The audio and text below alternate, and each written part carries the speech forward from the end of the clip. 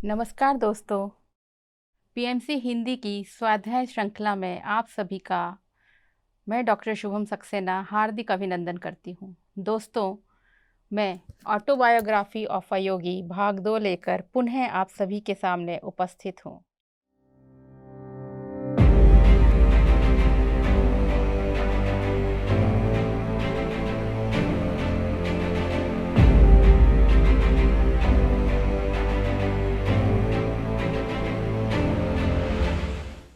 जैसा कि आप सभी जानते हैं, ऑटोबायोग्राफी ऑफ अ योगी एक बहुचर्चित पुस्तक है जिसके लेखक श्री श्री परमहंस योगानंद जी क्रिया योग गुरु और पश्चिम में फादर ऑफ योगा कहे जाते हैं।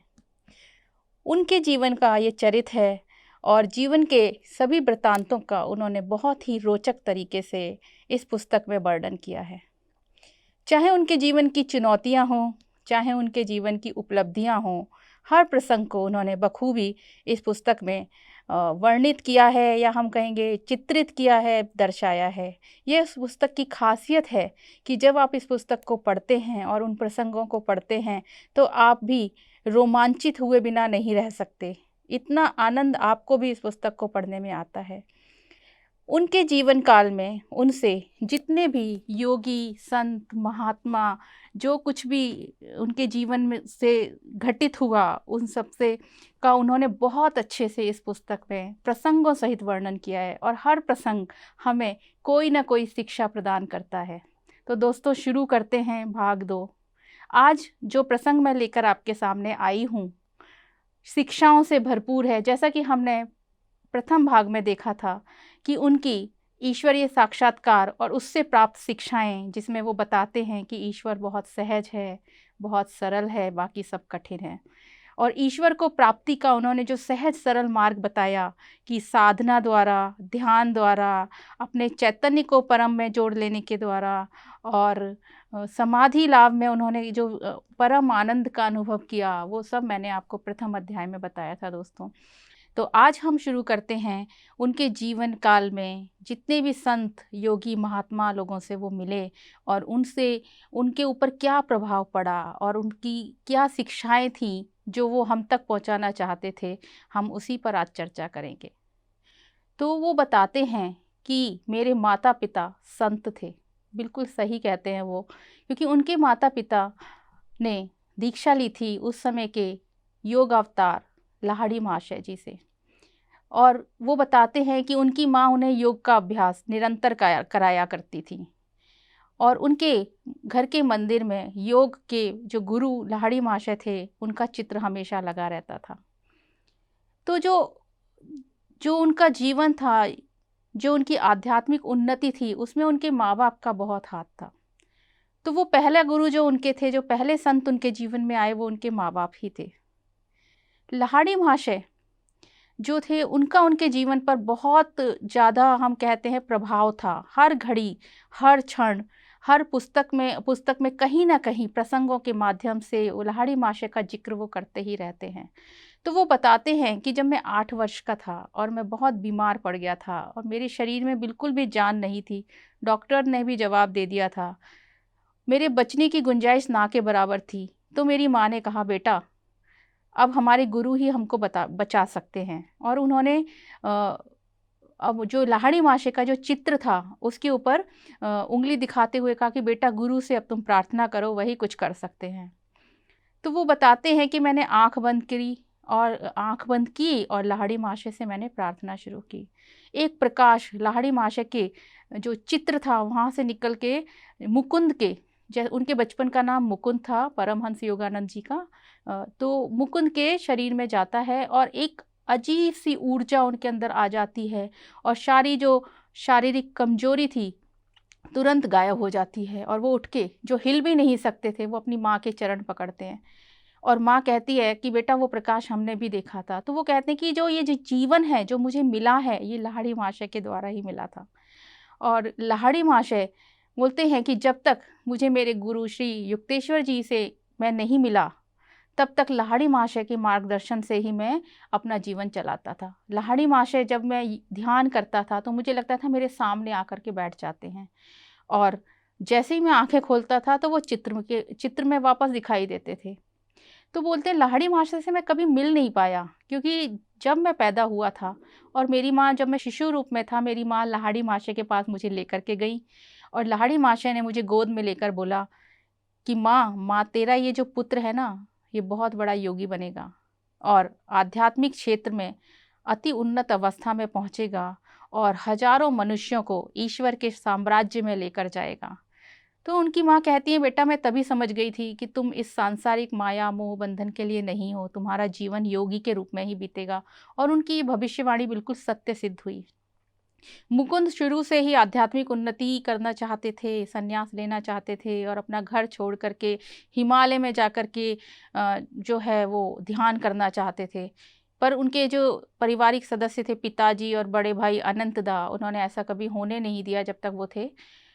तो लाहिड़ी महाशय से उन्हें जीवन दान मिला और वो बोलते हैं, जब कभी भी मुझे किसी भी मार्गदर्शन की ज़रूरत होती थी, किसी चुनौती का सामना करना पड़ता था या मैं जब कभी भी परेशानी में होता था, लाहिड़ी महाशय मेरे लिए से मैं प्रार्थना करता था और वो एक मार्गदर्शक की तरह मुझे कोई ना कोई समाधान ध्यान में ज़रूर देते थे। तो लाहिड़ी महाशय से मैं कभी मिल नहीं पाया, पर मैं उनका हमेशा ऋणी रहूँगा। और उनका जो चित्र है, जो इस पुस्तक में भी दर्शाया गया है, वो चित्र उनके पास हमेशा रहता था और उनके कमरे में लाहिड़ी महाशय का चित्र जो है हमेशा टंगा रहता था।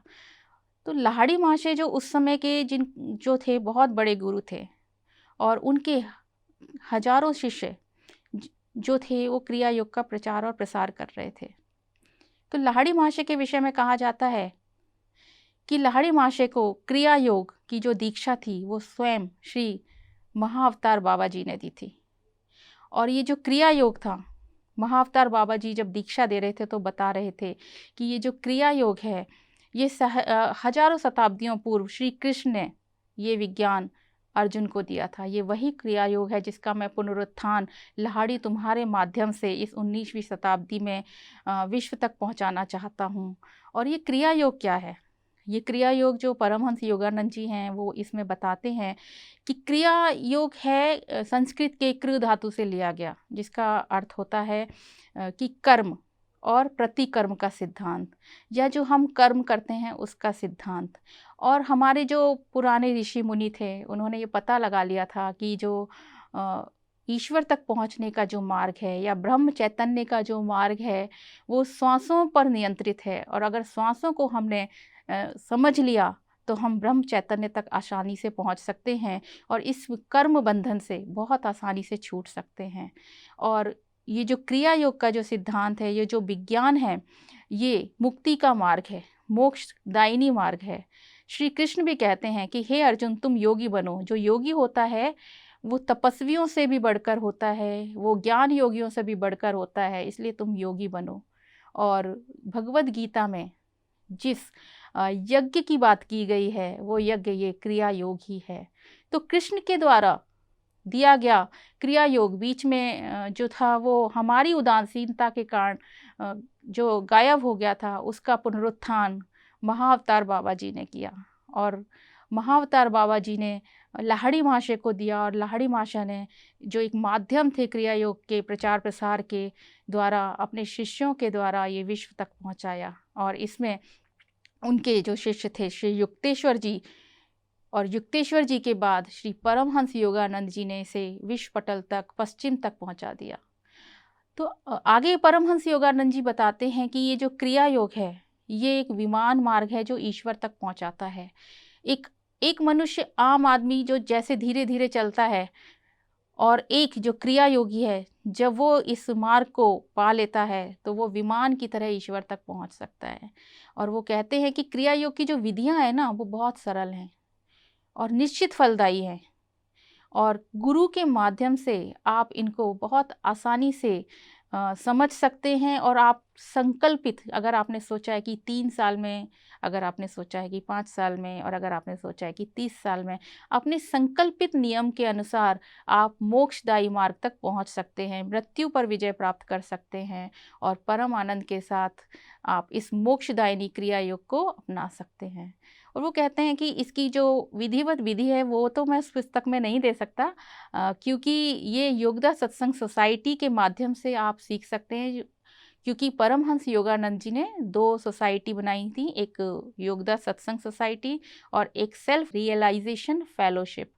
और ये दोनों सोसाइटी क्रिया योग के प्रचार प्रसार में लगी हुई हैं और आज भी अनवरत रूप से ये कार्य कर रही हैं। तो अगर आपको क्रिया योग के बारे में कुछ भी जानकारी चाहिए तो वो आप योगदा सत्संग सोसाइटी से ले सकते हैं। और इसके बाद बताते हैं कि लाहिड़ी महाशय, जिन पर मैं वापस आती हूँ, कि लाहिड़ी महाशय क्रिया योग के महान गुरु थे, इसलिए उनको योग अवतार भी कहा गया है। और परमहंस योगानंद जी कहते हैं कि मानव रूप में वो ईश्वर तुल्य थे। मैं आज तक जितने भी योगियों से मिला हूँ या मैं जानता हूँ, क्योंकि मैं कभी भी लाहिड़ी महाशय से मिल नहीं पाया, तो मैं जितने भी योगियों को जानता हूँ और वो एक तरीके से मिले ही थे, क्योंकि उनके जो लाहिड़ी महाशय के जो शिष्य थे, वो जो योगानंद जी हैं उनसे अपने विचार विमर्श के द्वारा, उनके प्रसंगों के द्वारा मिलते ही रहते थे। तो वो कहते हैं, जब जिन ऋषियों से, जिन मुनियों से, जिन योगियों से मैं मिला हूँ, उनमें लाहिड़ी महाशय ही सर्वोच्च थे और वो मानव देह में ईश्वर के तुल्य थे। लाहिड़ी महाशय ने जो एक योगी की जो परिभाषा थी वो बदल दी, और उसका कारण वो बताते हैं कि लाहिड़ी महाशय का बचपन जैसा कि आम बचपन होता है वैसे बीता, और उसके बाद फिर उन्होंने शिक्षा ली और वो इंग्लिश, फ्रेंच, बंगाली भाषाएं बहुत अच्छे तरीके से बोल लेते थे। और उसके बाद उनकी शादी हो गई पुण्यशीला माता से, और उनके फिर 2 बच्चे थे। और जब उन्होंने 33 वर्ष की अवस्था में पहुँचे, जब वो 33 वर्ष की उनकी आयु हुई, तब उनका समय आया। तो यहाँ पर एक शिक्षा ये भी है कि जब शिष्य तैयार हो जाता है तो गुरु उसके सामने आ जाता है। तो वो दानापुर में थे, उसी समय अचानक एक तार आता है। वो मिलिट्री में थे, अकाउंटेंट के पद पर, और उनके पास तार आता है कि उत्तराखंड में अल्मोड़ा में आपकी पोस्टिंग की जाती है और आप वहाँ पर एक कैंप खोला जा रहा है, आपको वहाँ जल्द से जल्द पहुँचना है।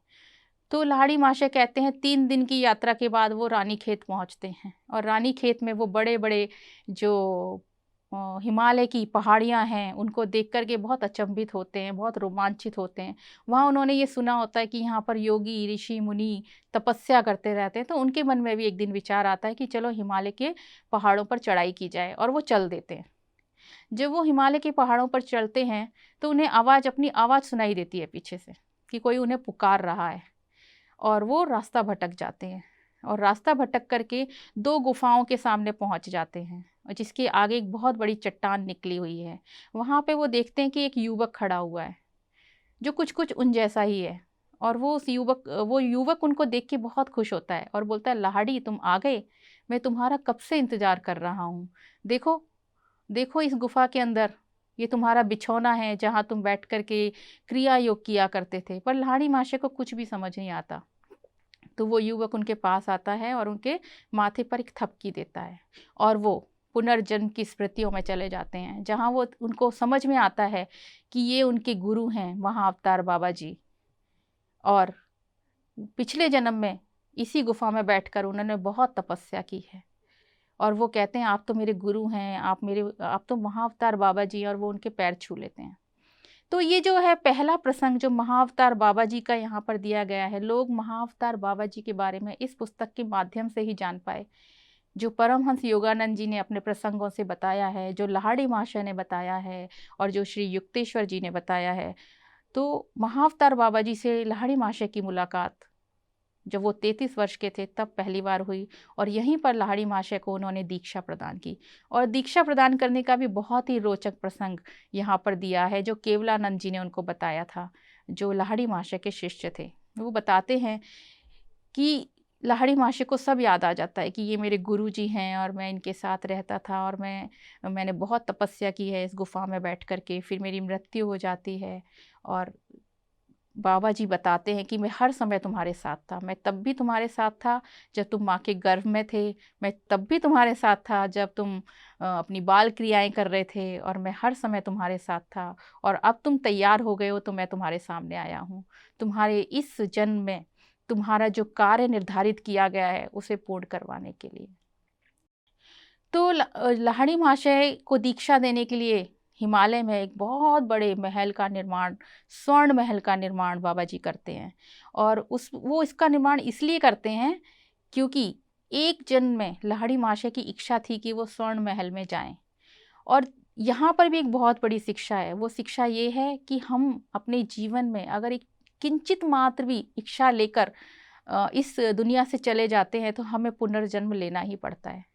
तो इस कार्यकरण के सिद्धांत को ख़त्म करने के लिए लाहिड़ी महाशय की जो अंतिम इच्छा थी कि एक महल हो, स्वर्ण महल, तो वो पूरा करने के लिए बाबा जी ने उस महल का निर्माण किया था। और वो कहते हैं कि वो महल इतना अलौकिक था, बहुत स्वर्ण रजत उसमें, हीरा पन्ना सब कुछ उसमें लगे हुए थे। और उस महल के निर्माण वो लाहिड़ी महाशय की अंतिम इच्छा पूरी करने के लिए उन्होंने किया। और फिर लाहिड़ी महाशय को उस रात उन्होंने दीक्षा दी।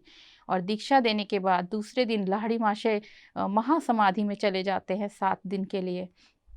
और उसके बाद वो ब्रह्म ज्ञानी बन जाते हैं। और फिर जब वो समाधि से वापस आते हैं तो वो किंचित मात्र भी उनकी इच्छा नहीं होती कि इस लोक में वापस जाएं, दानापुर में।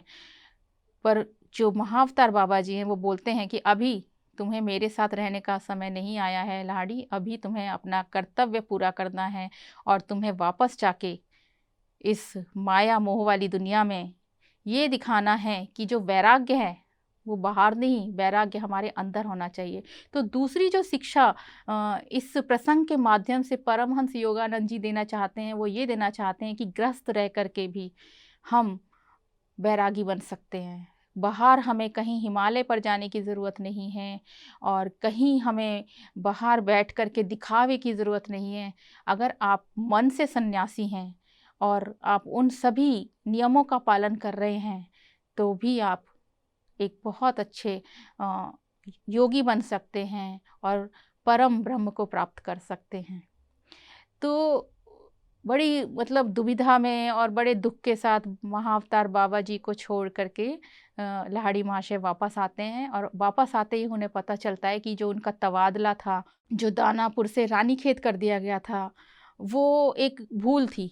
और वो भूल महाअवतार बाबा जी ने ये विचार डलवा करके करवाई थी। वापस उनको दानापुर जाना पड़ता है। वो 10 दिन बाद लौटते हैं। लोग समझते हैं कि वो कहीं हिमालय के जो पहाड़ हैं उसमें कहीं खो गए हैं, पर लाहिड़ी महाशय को सब पता था और वो वापस आ जाते हैं और वापस दानापुर जाते हैं।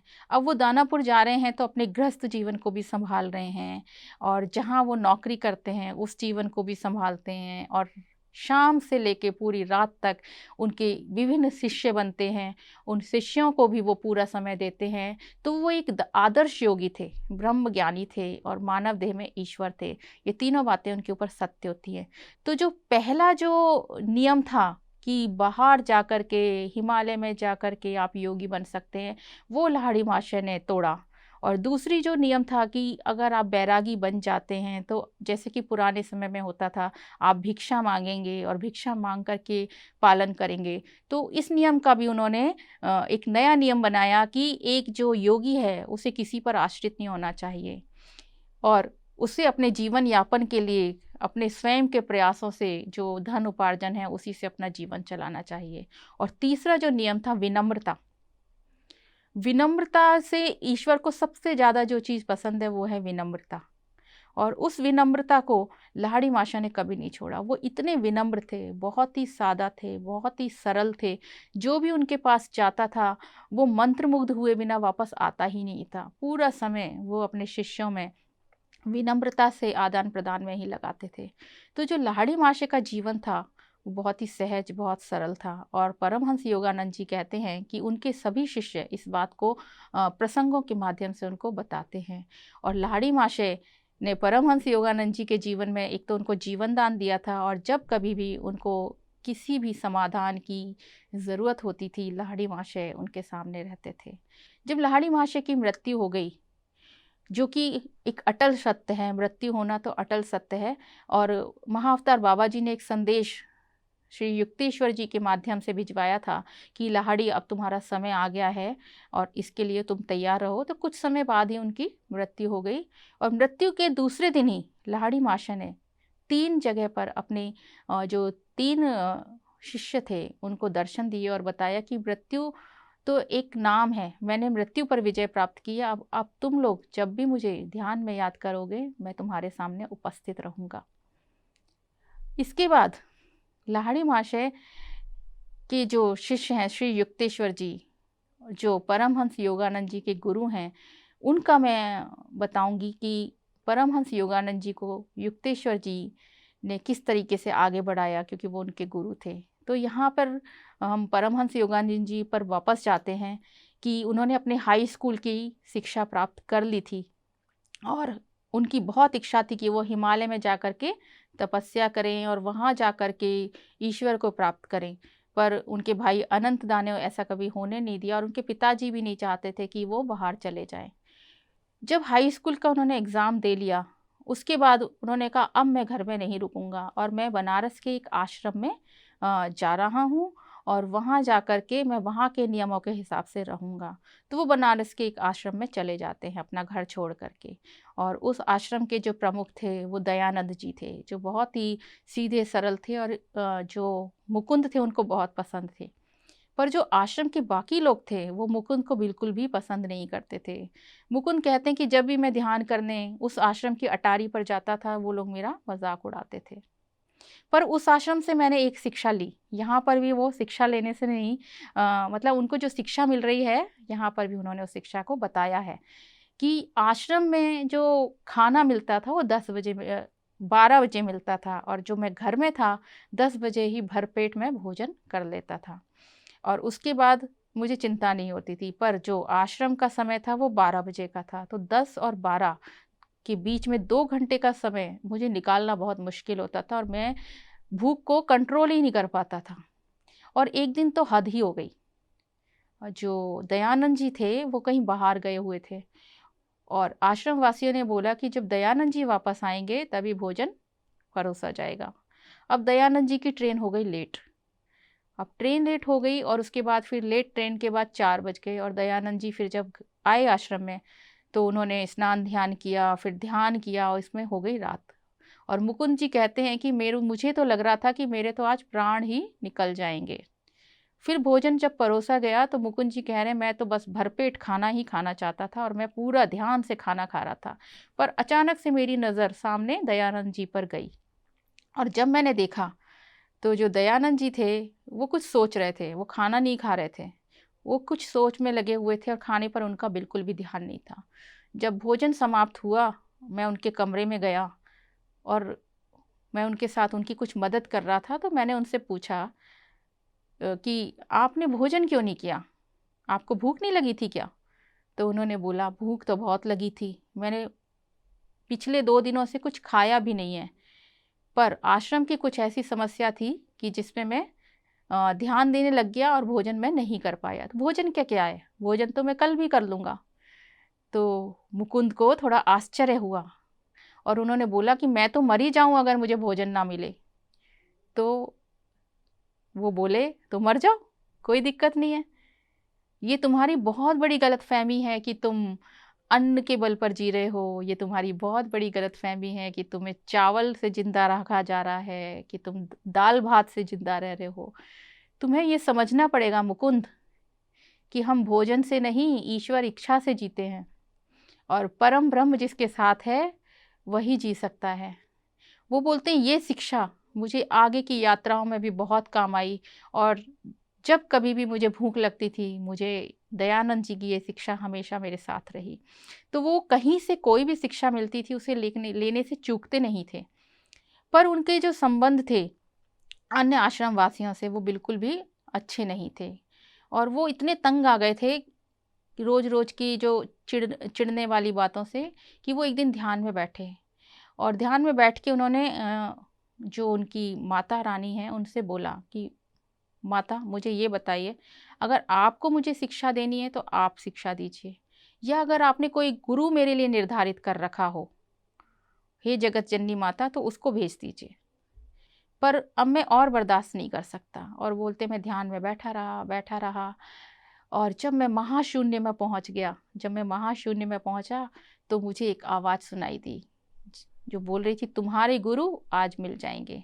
और जैसे ही ये बात खत्म हुई, नीचे से आवाज आई, मुकुंद नीचे आओ, बाजार जाना है, आश्रम का कुछ सामान लेकर आना है। और मैं नीचे गया, और जब हम बाजार में पहुंचे तो वहाँ बहुत भीड़ थी और मैं सामान खरीदवा रहा था। तो तभी मेरी जो नज़र है वो एक गली पर गई। एक सकरी सी पतली सी गली थी, और वहाँ मैंने देखा कि एक संत खड़े हुए हैं, गेरुआ वस्त्र धारण किए हुए, और वो मुझे अपनी तरफ खींच रहे हैं। मैं उनकी तरफ खींचा चला जा रहा हूँ। और बोलते हैं कि फिर मैं उस गली में गया, और वहाँ जाकर जब मैंने उनके दर्शन किए तो मुझे लगा कि मैं तो इन्हें युगों से जानता हूँ, मैंने इन्हें अपनी स्मृतियों में कई बार देखा है, और ये मेरे गुरु हैं। और वो गुरु थे श्री श्री युक्तेश्वर जी, जिन्होंने उनको कहा कि मैं भी तुम्हारा ही इंतज़ार कर रहा था। तो यहाँ से जो गुरु शिष्य हैं वो मिलते हैं, और उनकी आगे की यात्रा शुरू होती है। और जो युक्तेश्वर जी थे वो बहुत मतलब हम कहते हैं डिसिप्लिन वाले, बहुत अनुशासन वाले गुरु थे, और अपनी बात को वो बहुत सहजता से सही तरीके से कहते थे। और उनको अपनी जो बात है, उन्होंने पूछा कि तुम मेरे लिए क्या कर सकते हो। उन्होंने कहा गुरुजी आप जैसा कहेंगे, जो कहेंगे, आप मेरे गुरु हैं, मैं सब मानूंगा। तो उन्होंने बोला ऐसा लगता तो नहीं है। तो नहीं गुरुजी मैं सारी बात मानूंगा, सारी बात मानूंगा। तो फिर तो उन्होंने कहा कि फिर तो तुम्हें अपनी शिक्षा आरंभ करनी ही पड़ेगी, और तुम घर जा कर के ये नहीं सोचो कि तुम सन्यासी बन गए हो। तुम सन्यासी तब बनोगे जब तुम अपनी शिक्षा पूरी करोगे, क्योंकि तुम्हें आगे शिक्षा लेकर के पाश्चात्य जगत में जाना है, और तुम्हारी यूनिवर्सिटी जो डिग्री है वो तुम्हारे पाश्चात्य जगत में योग प्रसार में बहुत काम आएगी। तो जो है मुकुंद को उनके सामने झुकना पड़ा, और उन्होंने अपने गुरु की बात मानी, और वो वापस चले गए, और उन्होंने अपना यूनिवर्सिटी में दाखिला लिया। और उसके बाद उन्होंने एक प्रण जो था अपने गुरुजी से करवाया कि आप मुझे ब्रह्म ज्ञान कराएंगे और ईश्वर से मिलवाएंगे, और गुरुजी ने उनकी वो शिक्षा मानी। तो युक्तेश्वर जी का उनकी जो उन्नति है, और जो आध्यात्मिक उन्नति है, जो योग्यता उन्होंने युक्तेश्वर जी के द्वारा प्राप्त की, वो कहते हैं अतुलनीय है। गुरुजी मेरे अंतर्भाव को जान जाते थे। और मैं एक दिन क्लास में बैठा हुआ था, और मैं सिर्फ सुन रहा था, और मन से मैं कुछ और विचार बना रहा था। तो युक्तेश्वर जी ने तुरंत मुझे टोका, मुकुंद पढ़ाई पर ध्यान दो। उन्होंने गुरुजी मैं सब सुन रहा हूँ, मैं सब सुन रहा हूँ, मैं सब समझ रहा हूँ। नहीं तुम नहीं सुन रहे हो, तुम जो सोच रहे हो वो पहली चीज़ ये है कि तुम्हारा एक विद्यालय बनेगा मैदान में, दूसरा बनेगा एक पहाड़ी पर, और तीसरा बनेगा एक सागर किनारे। और मैं हैरान था कि गुरुजी ने मेरे सारे भावों को पढ़ लिया था। उन्होंने कहा ये सारी इच्छाएं तुम्हारी पूरी होंगी, पर अभी तुम्हें अपना पूरा ध्यान पढ़ाई पर लगाना है। तो युक्तेश्वर जी ने उनको फिर उसके बाद जब उनकी शिक्षा पूरी हो गई, तो फिर युक्तेश्वर जी ने उन्हें जो था सन्यासी जो है संन्यास धर्म से दीक्षित किया, और उन्हें योगानंद की उपाधि दी। और योगानंद का मतलब है कि ईश्वर से मिलन और परम आनंद की प्राप्ति। और उनको एक गेरुआ वस्त्र धारण करवाया जो रेशमी था। उन्होंने कहा पाश्चात्य जगत में तुम्हें जाना है तो रेशमी वस्त्र ही तुम्हारे काम आएगा। और यहाँ से उनकी जो आध्यात्मिक उन्नति शुरू होती है। जो युक्तेश्वर जी थे वो उनके गुरु थे, वो उनके मार्गदर्शक थे। उन्हें आध्यात्मिकता, उन्होंने समाधि लाभ करवाया, उन्हें उनका ईश्वर से साक्षात्कार कराया। और जब कभी भी योगानंद जी को कहीं पर भी कोई कठिनाई आती थी, युक्तेश्वर जी उनके साथ हमेशा खड़े रहते थे। एक पिता और पुत्र का जो संबंध था वो युक्तेश्वर जी और श्री परमहंस योगानंद जी में था। तो दोस्तों आज हमने देखा कि मुकुंद जी का लाहिड़ी महाशय से क्या संबंध रहा, मुकुंद जी का युक्तेश्वर जी से कैसा संबंध रहा, और हर संबंध से उन्होंने कोई ना कोई शिक्षा ग्रहण की, और उस शिक्षा को हम आज इस पुस्तक के माध्यम से पढ़ पा रहे हैं और समझ पा रहे हैं। तो दोस्तों अब मैं अपनी वाणी को यही विराम देती हूँ। हम फिर मिलेंगे दोस्तों छोटे से अंतराल के बाद ऑटोबायोग्राफी ऑफ अ योगी भाग 3 में कुछ नई शिक्षाओं के साथ, कुछ नए संतों और योगियों के प्रसंगों के साथ। और तब तक के लिए आप स्वाध्याय करते रहिए और पीएमसी हिंदी के साथ जुड़े रहिए। मैं आप सभी का आभार व्यक्त करती हूँ और आप सभी का धन्यवाद देती हूँ। Thank you so much.